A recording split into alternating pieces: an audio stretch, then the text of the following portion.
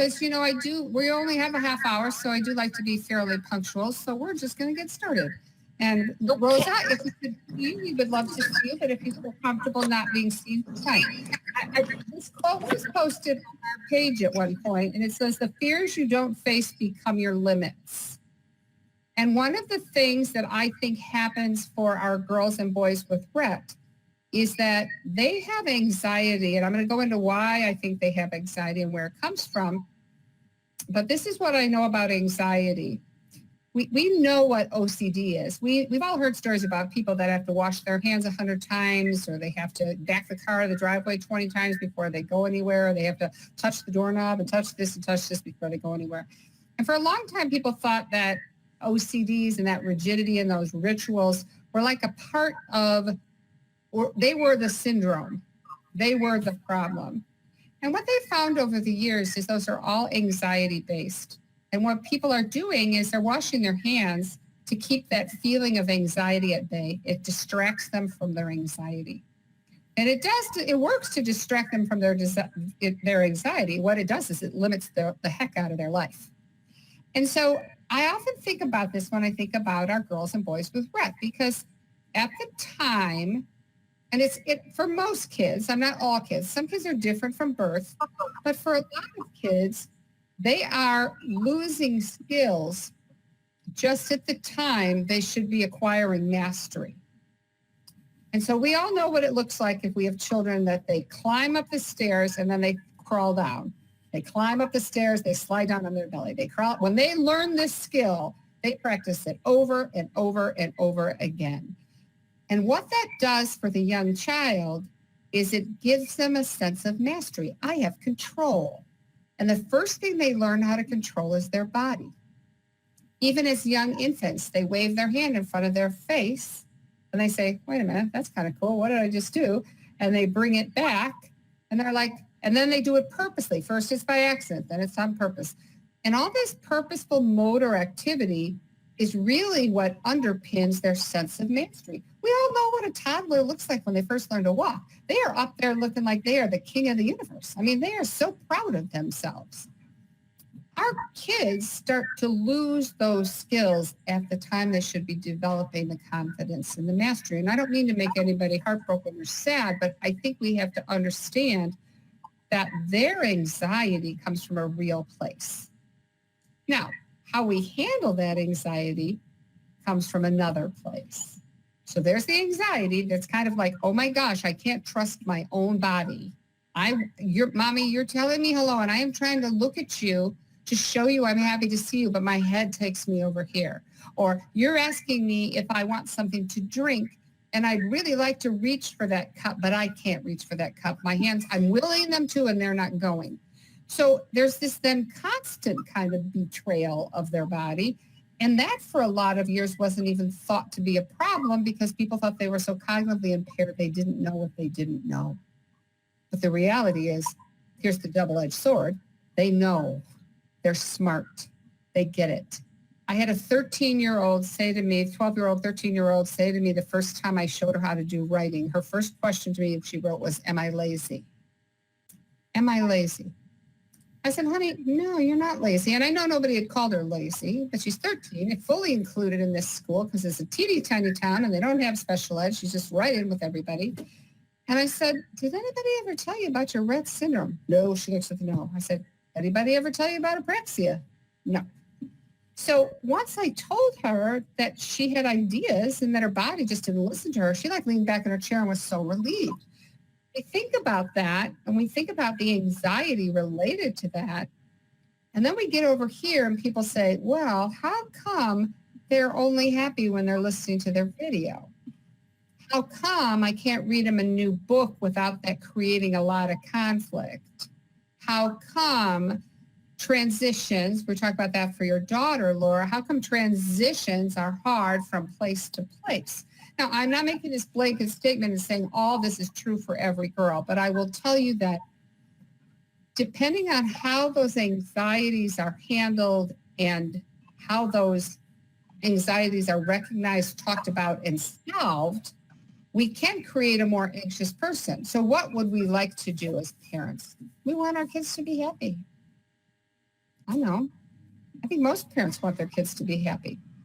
I have like grown children. I pray for them to be blessed and happy and healthy. I love that for them. But it was very easy for me to discipline my children when they were being obnoxious and wanted something because I felt they had the resilience to handle it. But if I'm a parent of a child where I'm not sure they understand everything, or I'm not sure if it's fair to discipline them because, my gosh, they can only watch videos and enjoy it. So why should I ever take that away from them? Or why should I take this away because it's something they really love, even though the thing we're giving them takes them away from interaction, takes them away from other people, but it's coming. It's coming because it's the same. So I use video as an example because I face it on a daily basis with many, many clients. Courtney's nodding her head. So if the only thing that is entertaining to you is video and the only thing calming to you is video, then me as a teacher trying to teach you to read and write, I'm going to bomb every time. I can't measure up. And I'm good. And I'm animated. And I could teach a flea how to read. I swear to God I could. But if what you're used to is bing, bing, bing, bing, bing, and animation, and this is the kicker, it's not even that. I don't have to respond. I don't have to be reciprocal.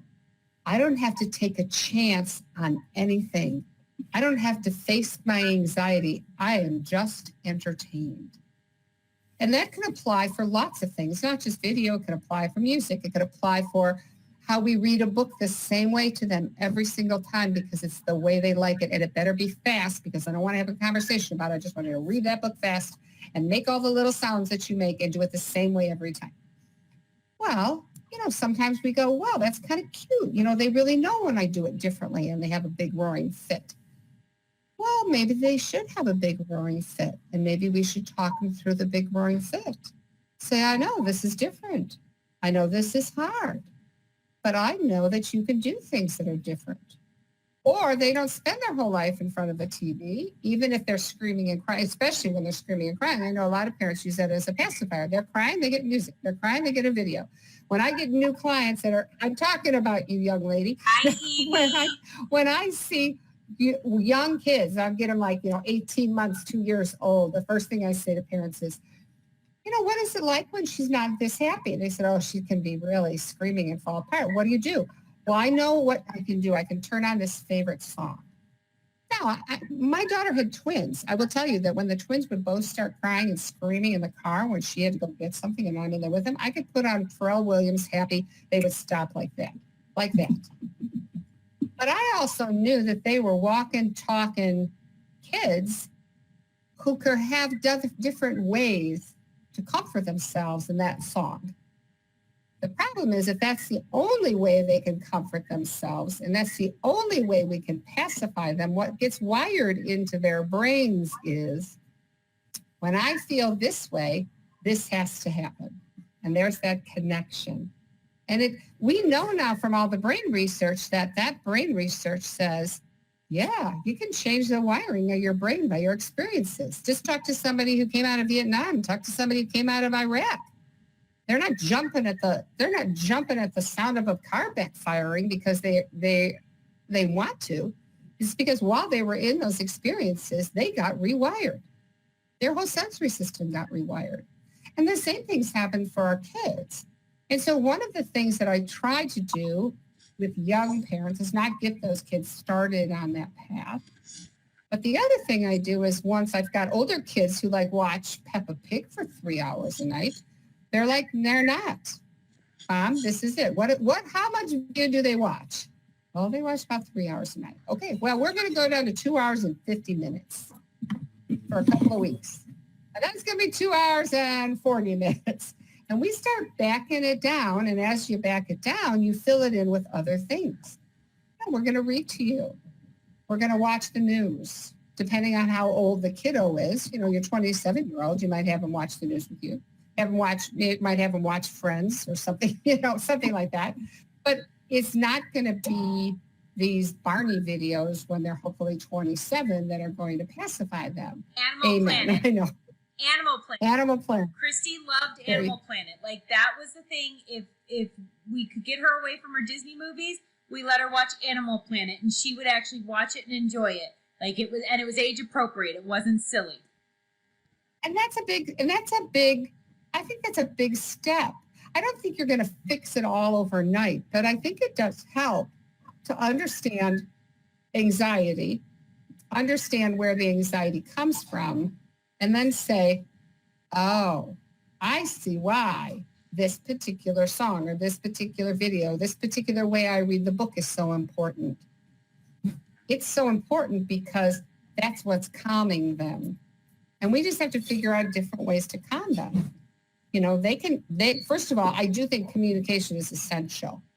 So that if you have somebody who can say, this is scary, I don't like this, I don't want to do it. So I have a young lady that I work with, and she was a video kid, and they have worked really hard to trim down that video, and they've done a really good job. But you see the vestige of her at second grade. I say, well, what do you think? What's your opinion? And she is like frantic because there's no right or wrong answer. She's got to guess something she doesn't know. And she's like, and she'll go, and one day she, on her device, she went flipping through 3 pages and went, scared. I said, you know what? I know you're scared. I get it. We're just going to do it scared then. We'll do it scared.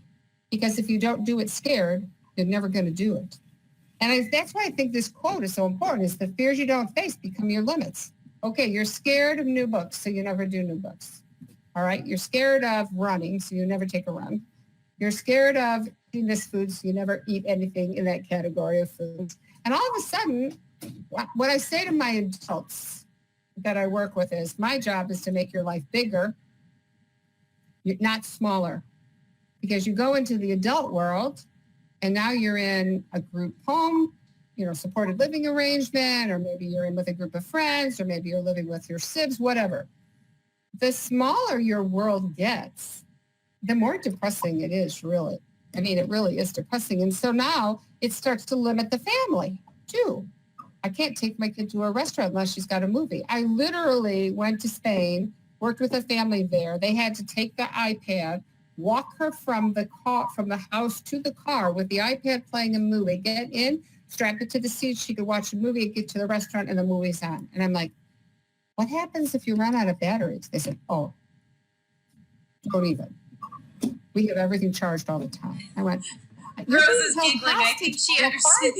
Rose is giggling. This 5-year-old who really, if you've ever watched Helen Keller, have you watched the dinner movie where with the plate and the food and how she's pulling her hair? Really, I have the short hair for a reason, and I always figure my Rett girls, come on, they don't have hand use. This girl could pull hair out of my head. It just was like, she was Christy. She was so angry. Yeah. Yep. It's amazing what they can do when they decide to. Uh-huh. And they're really, Evie will totally pull her hair. Yes. So at the same time, she was limiting her ability to learn to communicate, read a book, be with her family, and do anything together. They couldn't do anything unless they took this video with them. And what really cemented the deal is she got it every time she cried. I said, well, no wonder she cries so much. You're rewarding it. Every time she cries, she gets the video. I said, the one thing I want you to change before I come back in 6 months, because I don't go to Spain every day, was stop giving her videos when she cries. When she cries, put her in her bedroom. When she's done crying, bring her out. And if she's quiet for a little while and does what you ask her to do, one thing, if you wanted to take her plate to the sink and it's hand over hand, you're going to take and put your plate in the sink, then she can have some video. That's it. I didn't even reduce the amount of video. I just wanted them to stop doing it when she cried. So there's lots of ways we can change behavior and still be empathic. I'm not a behaviorist, but I am very aware. My background, one of my degrees was in ED, when emotionally disturbed kids. And when you start to look at anxiety disorders and see where they come from, and you start to see the link with Rett, because the motor planning, their body's constantly sabotaging them, constantly. Their breath is being held for them. What is that like? People say, oh, breath holding. I said, it is not breath holding. That paints a picture of some 5-year-old that's not getting their way and says, I'm going to hold my breath until I turn blue. Fine, go ahead. You'll pass out before then start breathing. But Our girls and boys, their breath is held for them. It is held and they have no idea when it's coming back. It'd be like somebody stuck a plastic bag over our heads and we have no idea when it's coming off. Now that's real anxiety. It's not like they're just pretending to be anxious. It's real. But what are we going to do with the anxiety? So I have a kid whose breath is being held for him, and I'm going, I'm telling you, if I ever meet that breath bandit, I am taking it back to him. Susan, we have a question And in chat. I'm going to wait for. What if the response is falling asleep? What if the response to anxiety is falling asleep?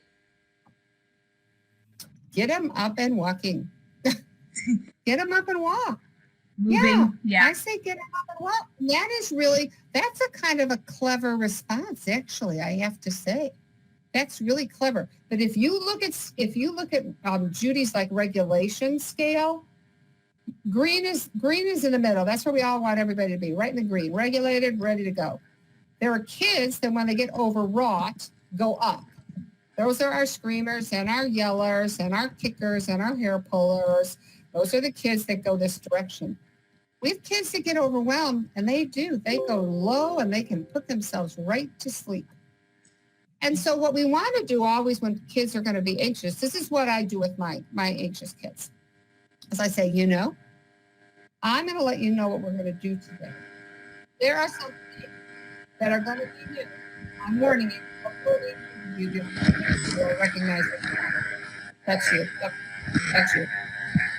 You're stuck. There you go. Up the stop.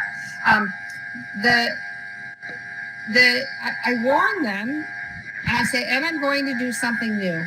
And I know, and I use all the language, and I know, new, Susan, what are you doing new? I hate new. I want to do new. I get it. We're going to do it together. And they say scared. I say, oh, no, you're scared. I got it. We're going to do it scared. Let's just try it scared. Maybe the next time you'll try it just nervous. Maybe after that it'll be just like, okay, I'm tolerating. Maybe the next time after that, I actually might get a chuckle on for this group that's new. It might be. But we're never going to get there if we don't salt and pepper it in. It's not like you're going to do it. For adults that have true OCDs where, I had an adult I worked with who had such horrible OCDs, they put him in a program where literally they did implosion. Everything he was afraid of, he had to do over and over again. I mean, he could not face it. That's different than I would ever do with any of our kids. I've never do that. I've done that with one kid with autism. He was so afraid of this one kid, he couldn't walk into school. And we just kept walking down his back and forth in front of his classroom. And we did all this stuff. And we're tossing a ball and chewing gum and eating his favorite candy. When we're next to him, we're carrying all this wonderful stuff with the stuff in his heart. But I think what kids with Rett syndrome is because they're so smart, you can use language and you can use your affect to help them do it. But if you don't try, you're never going to get there. And I will tell you, it gets uglier before it gets better. Yes. Classic behavior. If you're trying to change anything, it gets worse. Try to give up sugar. How do you feel the first couple of days? Like you're going to kill yourself. Yeah, or it's like, oh gosh, I can't do this. It's the same thing for them if they would give up a video. Rose, did you have a question? You're raising your hand. Well, and Becky also said really quick, that her daughter's a non-walker. So, but even still, doing some kind of movement when they're in that anxious, because I find that a lot with a lot of our girls when they're in their chairs for so long that they do tend to underregulate. They because their bodies are right. So what you could do is you could put, is she with us? Is she joining us, Becky? There she is. Hi. So I think what you could do, I'm talking about you, little girl. I think what you could do is you can see it.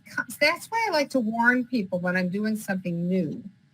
And if you can see it coming, then maybe you put her in a position where it's a little bit harder for her to fall asleep, but also you do it for little pieces of time.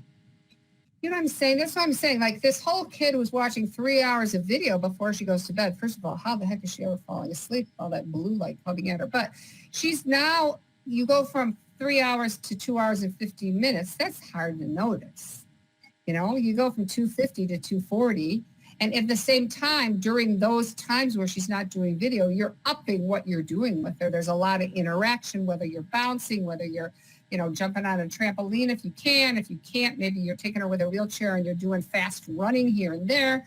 Put her in a swing and you can swing her. Anything that is, what you're trying to do is you're trying to show kids and adults really that there are other things that can be fun. There are other things that can be fun except videos. There really are, or except your particular music or this particular book or that particular place. And in the long run, the reason I would like to talk to every doctor out there that diagnoses Rett, diagnoses the genetic, and then says go home and become happy, I'd like to bring their necks.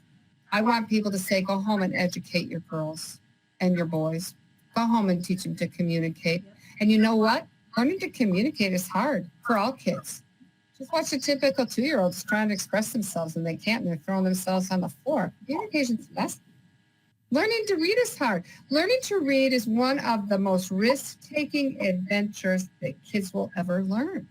It's a risk-taking skill because in the beginning you don't know how to do it. And you have to put a word out there and you have to hope that maybe it matches what's on the page. And then somebody helps you to figure it out. And I will tell you, I have known, because of the work I've done with ED kids, I knew a lot of kids that weren't learning to read, not because they didn't have not because they had a learning problem, they had an emotional problem.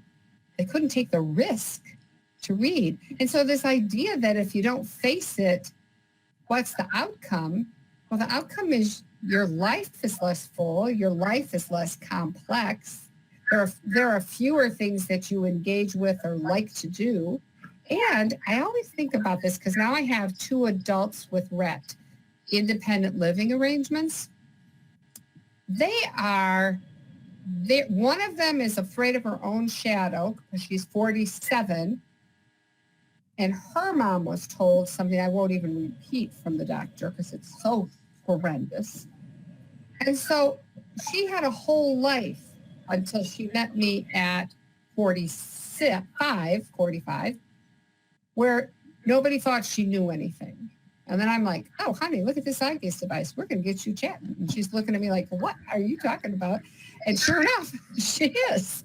So let's look at her as being a scared rabbit because she had all those years. Then you look at my 33-year-old who's like, we'll go anywhere, eat anything, flexible as can be, very rarely has a meltdown. If she does, it's usually around her period because who doesn't have a meltdown around their period? I mean, I'm done with mine, thank the Lord, but that happens.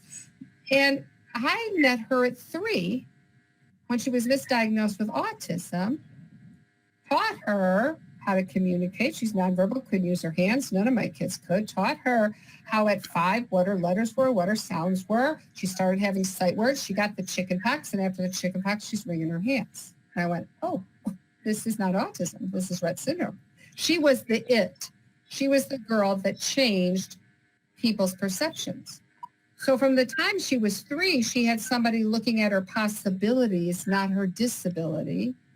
So maybe she's less anxious and has more of an open life because of that. So I guess and again, I have 4 children. I think I should probably eat dirt for any time before I had children. I said to parents, you need to be consistent 100% of the time. It's like, oh my gosh, if I can brush my teeth, take a shower in a day, and maybe do a couple of things with the kids, that's a good day. You can't be consistent all the time. But I look at trend lines. That's my thing. With kids' data, adults' data, I look at trend lines. Are they getting a little bit better? Am I getting a little bit better? Am I being a little bit more consistent? Am I not getting an anxiety attack when they get anxious? Because I do think some of our parents actually have PTSD from the anxiety that their kids put on them. It's like they start to hear it coming and they're getting a visceral reaction themselves. And I know that because I have a daughter with severe mental illness, my youngest, and when she would start up, I could feel the engine running. I'd be like, ugh. And that's when I would say, go low. I would have to force myself to get quieter. Then she got louder, get quieter. Because if we were both up here, it just wasn't going to work. It just wasn't going to work. And so I do think that's where I feel a lot of empathy for parents because it's not pleasant. when your kids are flipping. It's not. But Jackie's living on her own now because, and I'm not saying we did everything perfect. I am not by any stretch. And I'm not saying she's perfect. She can be a hot mess on a cyclical level. She's up and down. But she's living on her own. She can handle a job. She has a life. And so it's not a perfect life by our standards, but it's a life.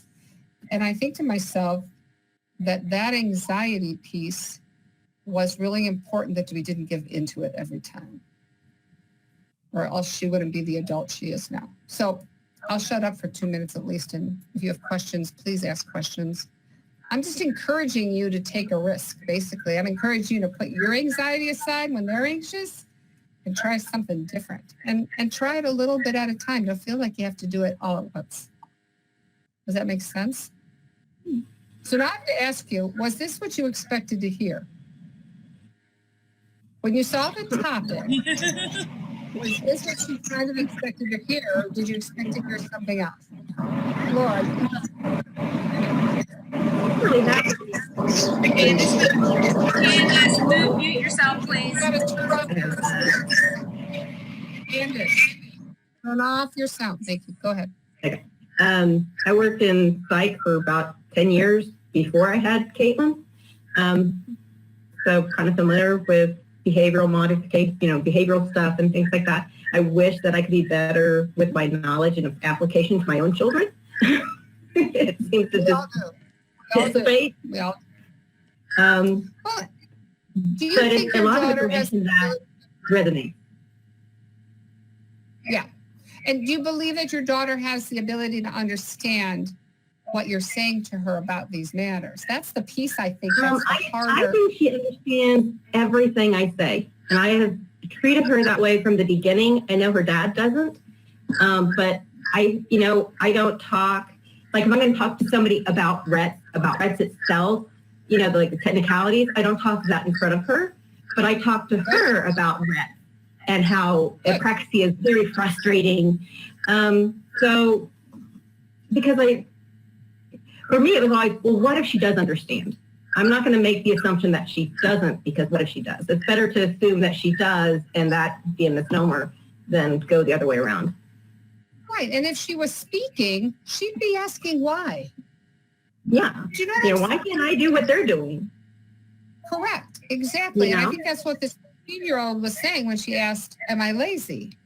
She'd been watching kids her whole life do things she couldn't do. She wasn't in a special ed classroom. She was in an inclusion program because that's all they had in this teeny tiny town. And she was probably looking around going, well, gosh, they're all picking up books and walking across the room and feeding themselves. And to generate that question with spelling means she was taking in information from those classes. But that question was just so painful for me because I thought, how long has she been waiting to ask me this question? How long has she been waiting to figure this out? And yet if we don't give them the tools to read, to write, to communicate, we don't know what's in there.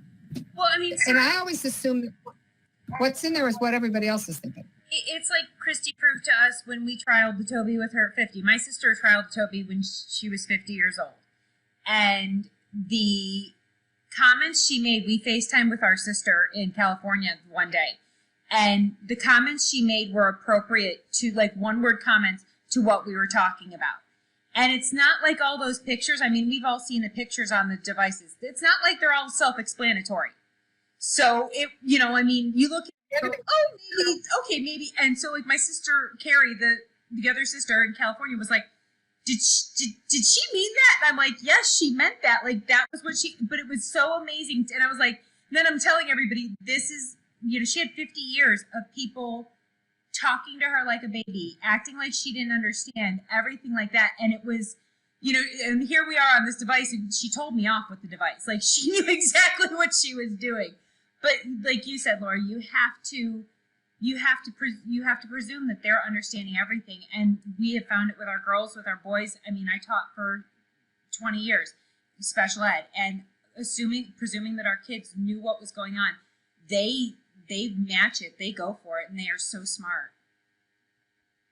And I think the hard part is it's a two-edged sword. It's like, I always say to parents, do you believe they're smart? Yeah. Well, if you believe they're smart, then would you allow this behavior with anybody else? Yeah, but they can't do ABC. I said, well, no, they can't do ABC, but they could do this if they weren't trying to pull my hair up by the roots. You know what I'm saying? We could be doing something else if they didn't have to watch a movie all their entire life. I mean, so, and again, I can't make that decision for parents because I'm not the parent. I can say as a teacher that the children that I can teach and advance, and I'll tell you, Joe Picard isn't in college, a young lady with Rett. She's not in college because her mom let her sit in front of videos all day. That didn't happen. That happened because they had a plan. I said to the moms, okay, so talk to me about why Joe can read and write so well. She goes, you don't remember me. I said, I know. When did I meet you? She goes, remember the very first Boston conference you spoke at? Yeah, I met you.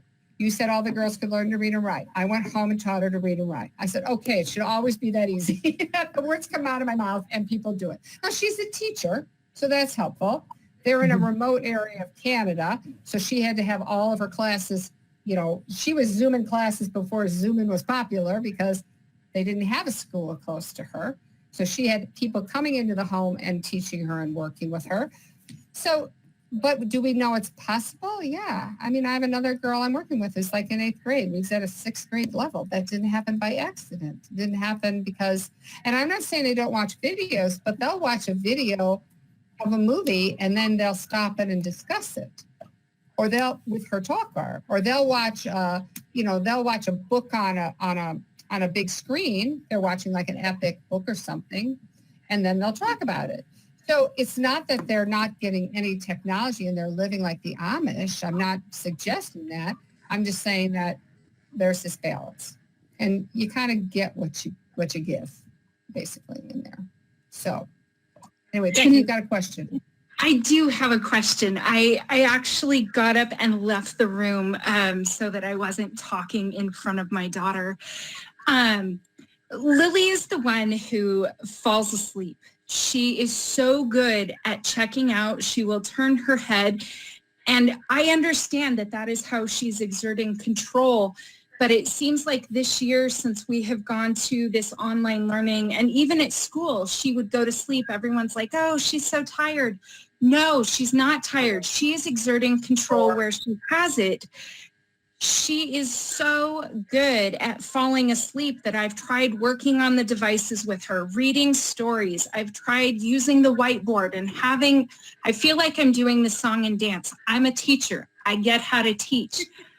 Right. She has so masterfully worked it that now her days and nights are mixed up. She is awake a lot of time for several hours at night. She will sleep through the day, and it is a hot mess. I will manhandle her. It's crazy. Is she on seizure meds? She is. Okay. I will tell you that some kids on seizure meds can't really help that regulation piece. A client that I work with, Juge, was just like that. And actually, she saw Dr. Duchek. Duchek put her on narcolepsy medicine. It changed her life. Because now she could handle, she had enough meds not to seize, but not so much. The meds make you sleepy. It's not, what happens, I think, for kids that have seizure meds in their systems is they get a little sleepy and they fall right into sleep. Mm-hmm. She might be not doing it as on purpose as you think. There's a couple of things I checked. Okay. I would talk to Duchek about this. I mean, I saw this difference. This is the little girl who's in 8th grade reading it like a 6th grader. She just wrote a 5-paragraph essay explaining the book, The Other Side, which is a book about a town that has a fence running through it. Black people live on one side, white people on the other. And these kids come together to cross the fence. And her theme was courage, because she said it takes courage to see every human being as being equal. I mean, these are her words. She's spelling ABC, an ABC flip book and word prediction. This is not my words at all. it is a beautiful thing. But if she was asleep all the time, which is what she used to be, we would not have all of this. And so I don't want you to think that it could be her being purposeful. Okay. It does get to be purposeful because they start to learn the pattern and then they go. The other thing I would check is she being taught to her capability? Are people making her do stupid things like identify letters and identify sounds versus doing reading and doing writing and authentic development of thinking skills and really engaging material versus just the same old, same old? I mean, I've had kids where like, well, they've had the same goals on their IEP for 3 years. Oh my gosh, why? Then those are the stupidest goals ever. If they're not making progress on them, either you're a bad teacher or these are really stupid goals, one or the other. We've got to figure out what it is that's going to make them want to learn. So I always check content too, because I have a little girl I'm seeing in New York now. And because of COVID, I'm seeing her remotely once a week. She's in a school, a special education school. And her mother says she sleeps through school all the time. And she's wide awake the full hour she's working remotely with you. And they were live. Now they're remote. But they were live and she was falling asleep. You are remote. I said, well, let's look at what we're working on. Give her a good language system, modeling the heck out of it. Give her funny books. She's reading books herself. She's finding the words. There is all of this higher level stuff going on that they were working on the word. What was it? What was the word they were working on? I told you this, Courtney, and I can't even remember. Some stupid word. One word for the week. Oh, it was a core word. Which one was it? Was it like go or something? Go or something. I'm like, oh my gosh, this kid is like falling asleep. So I don't know what the situation is for her. If there's a little bit of that going on, I don't think you're boring, Mom, because you're like got a lot of animation, probably a great teacher. But what is she being taught to do? Is she writing it all? Is she reading it all herself? Or is it just kind of, no, I know. And she's how old? She just turned 10 in October. Right. I know. Right.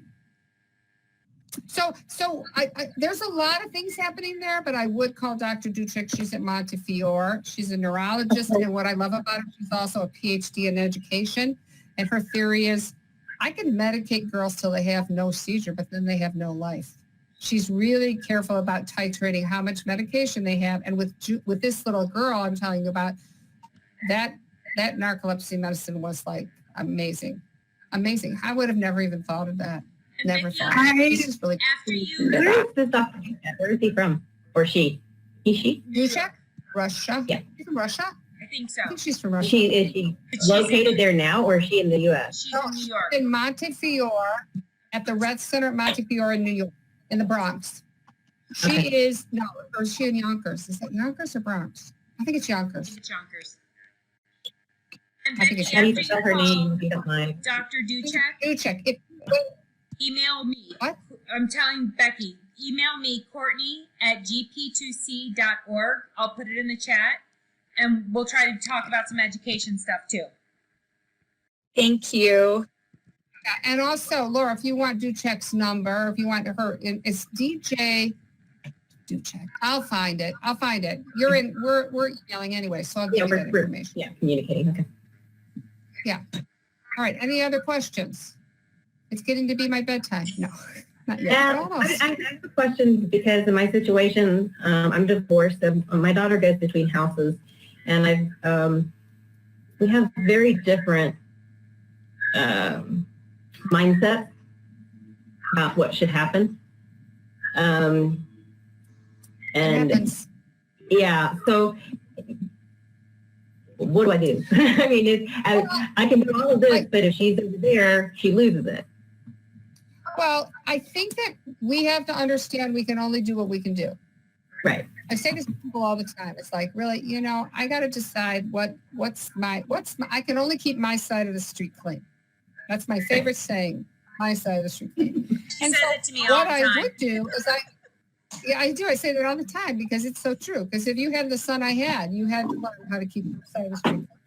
He was always trying to mess up my side of the street. So what I agree with you on is that I would not have her going every other day. I mean, that's just too much transition.